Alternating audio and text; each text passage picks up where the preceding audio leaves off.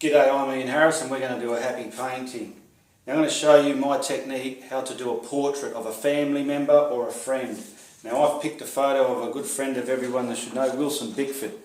I've printed it out in the threshold style because this can create a picture that'll make it look like the person and it'll be a piece of art to look at. It's not an exact replica of the picture, but it's a piece of art resembling that person. What I'm going to do is I'll wet my board. This is just showing you a technique I do a lot.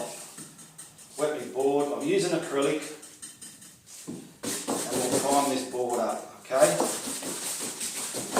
I've got retarder in the paint because I want to do some mixing and matching on here.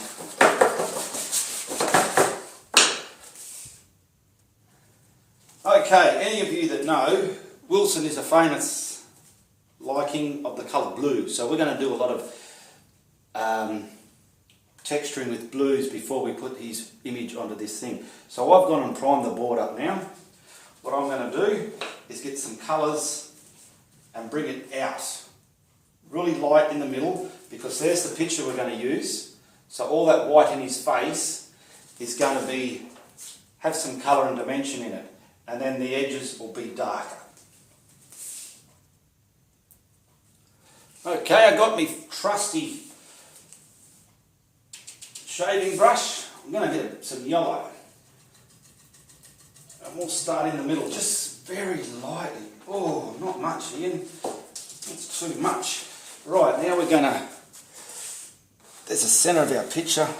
We'll get that going there. Got some hair on there.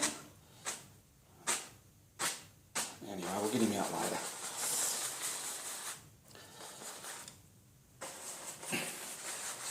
The centre of that's a bit too yellow for my liking, so just a thing you can do. Bit of white, smash it in there, boosh! Wow, look at that, man. Just gets a bit of a bam, bam, smash it in there, marble it up. I've got light behind this canvas, so it's not probably going to show it too well, but anyway. Now, we're going to get some blues around this, okay? Okay, I'm going to use a primary blue, phthalo blue, and a purple, okay, on my plate there. They're the colours I'm going to use.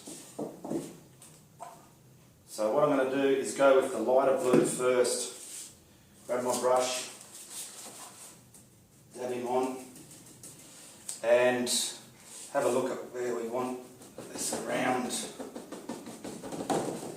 Right, remember the brush, you put it on, put it down, stay there, grab a dry one, and let's feather this in, or blend it in. So we're going to blend this, it's probably going to go green looking, but out the edge we're going to make it blue. So we're going to feather this in, like so. Okay, we've marbled in the blue to the yellow. The light might be different under this lighting because it's night time and I've got a different light on it showing. But I'll put a picture up of this. Now I'm going to get the darker blue and put around the edges in the corner, as most artists like to do. Leave bits of white if you want. Round and round. Now we're going to blend these darker blues in to this blue, okay? I'll get back to you when that's done. Okay, we've done it all blue. This is darker blue, lighter blue and yellow. It'll look a lot more accurate in the photo when I take a photo at the end. I'm going to just a little bit of dark purple in those corners just to give it some more pizzazz. Keeping in mind the colour where we're going to put the carbon print on, we don't want to go too dark, otherwise you won't see your carbon lines. See, we've got some dark purples in those corners, just to give it some clarity. Get back to you when that's done anyway. Because I'm using acrylic, I want this dry now, so I can put carbon paper, the print on there, and trace it on the outline. Okay?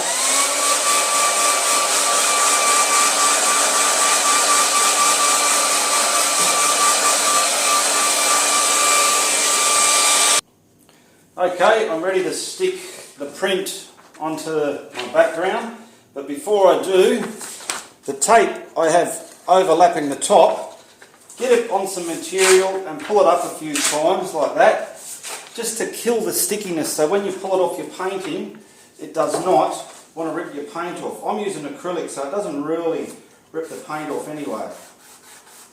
Okay, I've got that on there now, and I'm going to put some carbon paper under there, grab my red pen and start outlining.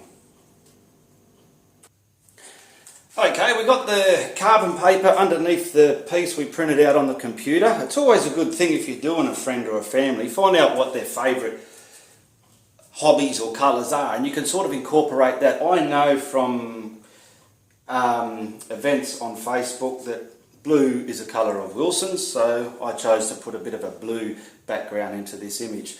Now we get our red pen as before, like we did with the zebra, and we're going to go around all this black. That's going to give us the lines underneath carboned onto here. Okay, so I'm going to get back to you when I've carboned all this on. I don't want to bore you in front just drawing and drawing like that. Okay, we got all the lines on there now. We've carboned them on there, see? And this we're going to keep as a reference. So now we're going to do like I did on my zebra one. For those who saw my zebra picture, we're going to get the black, whoosh it down with some water, let it flow and start painting all this black in. But with this black, we want to sort of blend that into the blue then, just because he was standing, that's his profile picture, he was standing in front of some trees or something, so we're going to artistically blend that in, and you'll see how it's done. Okay, we're going to start, always start from the points if there's a point. Bush, bush, get him in there. It's grade 5 stuff really, it's just like colouring in at school. Anyway, I'll do some and I'll get back to you. Okay, we're slowly getting there. With the outside edge, like I spoke about, I'm just sort of going like that into the distance because that's virtually going to be the edge of the painting there, all that stuff. Okay. Another thing that's important, if you're right-handed, start from this side and work your way. Don't start there and then you're going to be leaning on it, or left hand, vice versa. Okay, we're slowly getting there.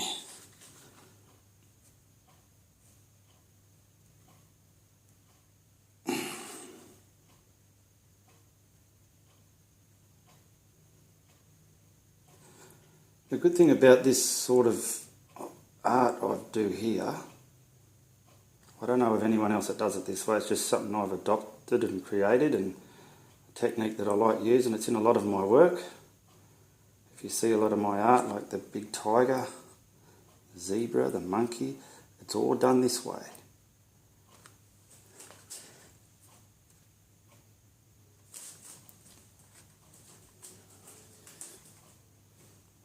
Got an ear here somewhere, there's his ear.